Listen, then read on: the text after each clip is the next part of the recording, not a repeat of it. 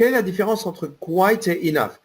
Alors là, enough, ah oui, enough, c'est, merci Sylvie pour la question, quelle est la différence entre quite et enough? Enough, c'est assez, suffisamment, suffisamment. I have enough, j'ai assez, j'en ai assez. J'ai mangé, I have enough, j'en peux plus. Enough, assez. Là, c'est quite. It's quite nice. C'est pas mal, hein? C'est assez bien. Quite. Vous voyez? Quite, quite. J'aime bien. I quite like. Quite.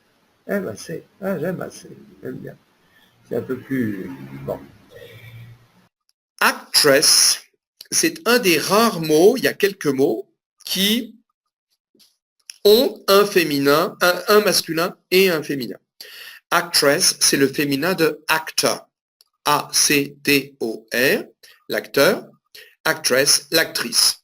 Et là, donc ça se termine par deux S et on va mettre quand même un S parce que c'est un possesseur singulier. Donc, on va le prononcer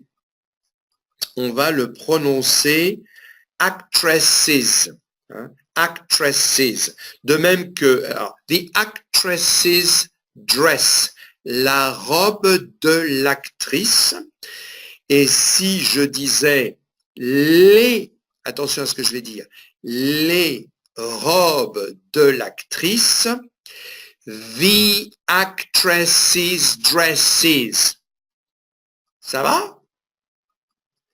The actresses dresses. Les robes de l'actrice. Voilà. C'est les mêmes règles finalement de prononciation. Alors aujourd'hui, eh bien, nous allons continuer donc notre progression dans la jungle anglaise et nous allons, après avoir étudié l'auxiliaire to be et to have, nous allons aujourd'hui étudier l'auxiliaire to do, dont vous avez déjà eu un petit aperçu puisque nous nous en sommes servis pour conjuguer to have à certains aux formes interrogatives et négatives dans un certain emploi de to have. Donc nous allons revoir ça parce que l'auxiliaire to do s'emploie pour conjuguer tous les verbes à certains temps, et notamment celui que nous allons voir aujourd'hui, que l'on appelle le présent simple. Does she work? Does it work? C'est là que je l'ai mis la forme, la prononciation. To work peut s'utiliser avec it, comme je vous l'ai indiqué. Et là, il a alors le sens de fonctionner. It works. Ça marche! Vous voyez? Après, nous avons to pick up. Alors, nous rencontrons là, pour la première fois, un verbe avec une postposition. Et croyez-moi, ça ne sera pas le dernier parce que c'est quelque chose d'extrêmement fréquent en anglais d'avoir un verbe principal et après, derrière, une préposition, comme elle est après on a tendance à l'appeler postposition, qui va modifier ou compléter le sens du verbe.